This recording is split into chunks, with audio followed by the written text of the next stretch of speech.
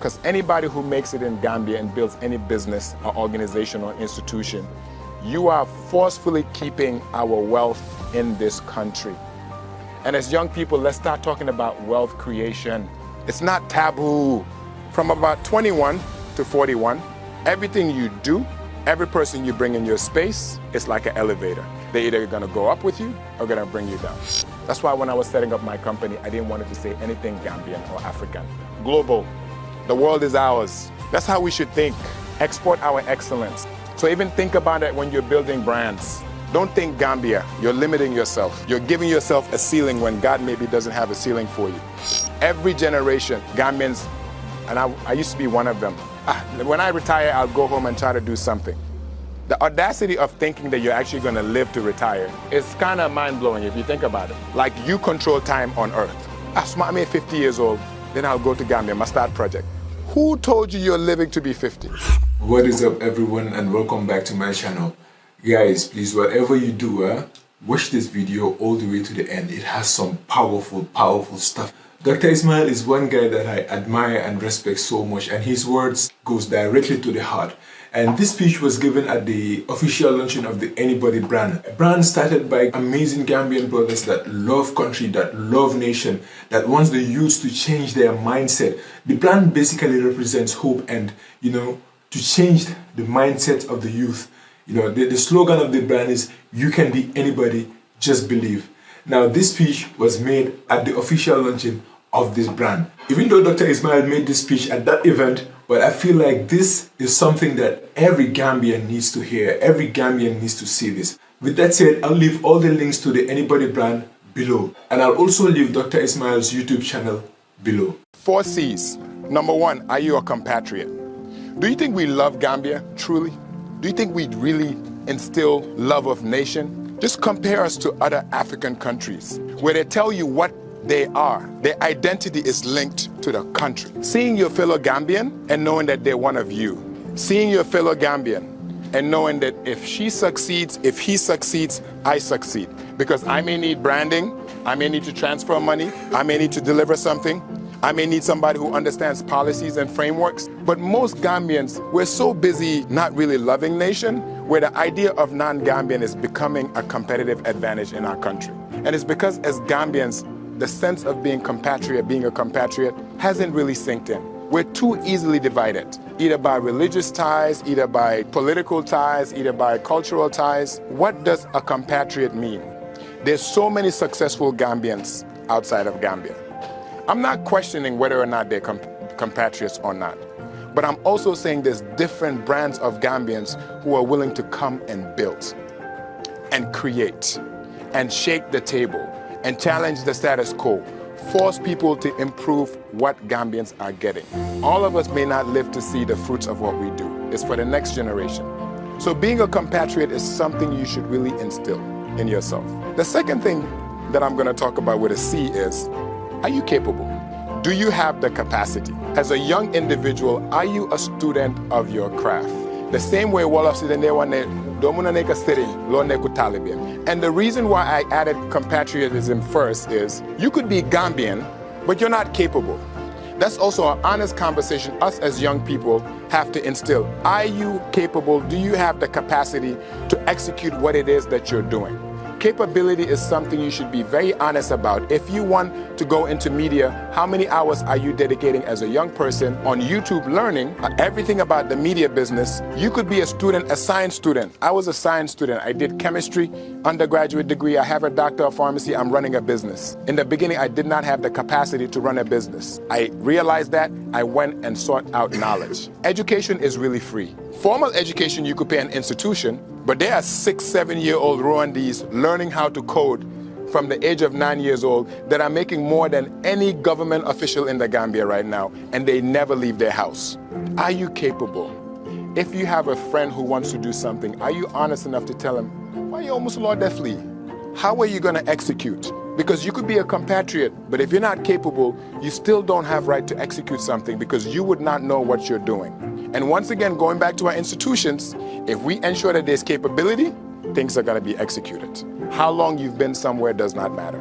What impact do you have while you're there is the only thing that matters. Which is why as young people, we need to start coming in and just shaking the table. It's not violence. Shaking the table is defiance, showing that you're capable. If somebody doesn't want to give you a seat at the table, build your own table, if you know how to do it. Capability is very important. The next C, are you a credible human being? Credibility is your character. Credibility is if you tell somebody you're going to be there at a certain time, you're there at a certain time. Credibility is somebody knowing that if this person has to execute this task, I don't have to manage them. I don't have to beg them to do your job. Every single person, your amount of credibility dictates your future opportunities. Even in this room, I've worked with a lot of young individuals. It's their credibility, their character. I've mentioned Gano, I'm going to keep mentioning him because it's one of those people, because it's an unspoken language. If two compatriots who are capable have credibility, it's a communication. I see Basura, I know he's one of us. One of us, he's anybody. He's not everybody. He is one of us, meaning if I have to execute something and there's a room where myself, Gano, Basiru are in the room, things are going to work because we love nation, we're capable, and what? We're credible human beings. And most Gambians, once again, you could be capable, but you're not credible. And we see it. When somebody tells you something, there's something inside of you, that intuition that tells you no. He's not committed to what it's going to take. And just start policing people in your life. Police yourself. Do I love nation? Am I building my capacity every single day without being told to do so? And if somebody was to ask somebody else about me, would they consider me a credible person? Would they consider me a person of high moral character? And young people, we're good at having conversations about everything, but not things that make us uncomfortable. We're not comfortable having uncomfortable conversations. That's why a lot of ills in our society are elephants in the room. But if you guys want to become us, and I consider myself part of that, anybody, that 10%, you have to be able to hold each other accountable. But you have to be able to be uncomfortable. That's why the last C is you have to have courage. Courage is not being afraid. The biggest myth about most leaders, most people that society may deem successful, we are more afraid than the average human being. We have more panic attacks trying to run an organization in the Gambia than the average human being. But it's that courage. Courage is not, you don't feel fear. Courage is acting in spite of your fear. Most people have some of the brilliant ideas, but they don't have the courage to take the first step. And going back to where I started, in your 20s you have an idea, which is the greatest manifestation of God. Human beings are closest to God because He gifted us with an ability to create something out of nothing. Everybody has dreams, manifestations. You could visualize something. Do you guys ever wonder why you? Why did He sleep at night or meditating or praying and God planted the idea, not in me, but in Him? It's a responsibility. Ideas, our imagination is a preview of life's coming attractions. Albert Einstein said that. Having an idea is a responsibility from God, especially if you could create something that make other people's lives better. That to me is the strongest form of worship than anything else. Creation, having the courage to create in spite of fear, in spite of difficult circumstances. Yes, Gambia is hard to do everything, but it's worth it, because if we don't do it, who's going to do it? Every generation, Gambians, and I used to be one of them. When I retire, I'll go home and try to do something.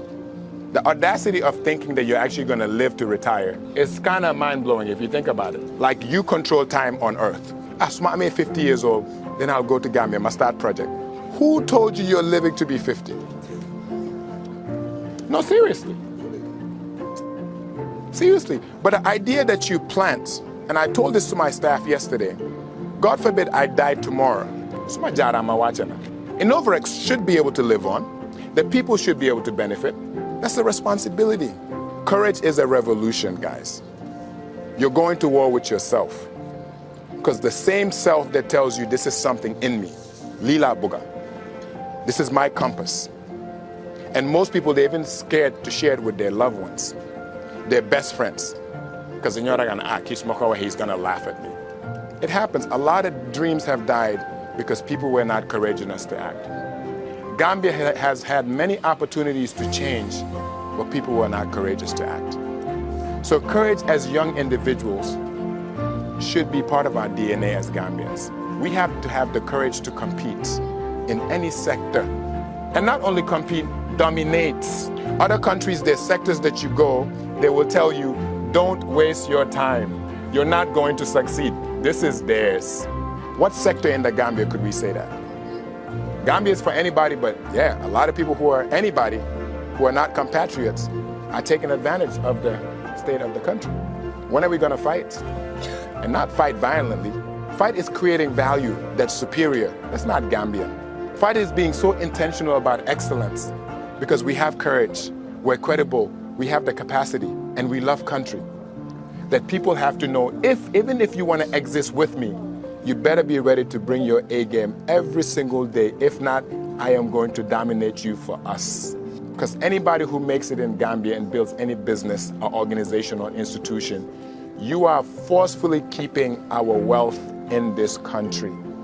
And as young people, let's start talking about wealth creation. It's not taboo. All of us want our kids to be better off than us. The same way our parents wanted us to be better off than them. It's every iteration, slow improvement, Kaizen, wealth creation. It's not taboo. We have to have the courage to want to not only build our country, but keep the wealth in our country. And you have to be intentional about it.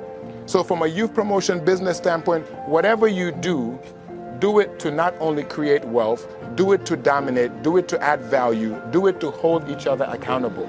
Where if somebody is not ready to be courageous enough, if they're not credible, if they don't have the capacity, and they don't love country, they should not deserve to be in your space. And we have to be vocal about it. Mayo Denkute, we're made for a different cloth. Not everybody could go.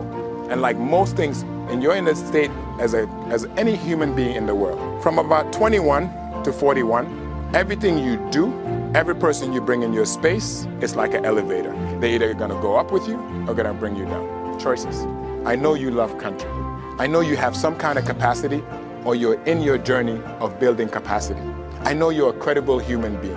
And most importantly, I know you're courageous enough to tell the world that I am not only a Gambian poet, I'm a world-class poet. We run a global PR agency that happens to be in Gambia. That's why when I was setting up my company, I didn't want it to say anything Gambian or African. Global. The world is ours. Dex could move to Venezuela and start Dex. That's how we should think. Export our excellence. Because if you have those 4 C's, any place in the world is your playing ground.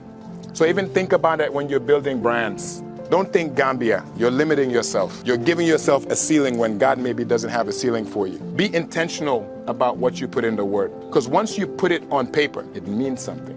That's the first contract that you sign with yourself. Because we have an opportunity to change our country, guys. We're behind, but we're so small. Small things have massive impact.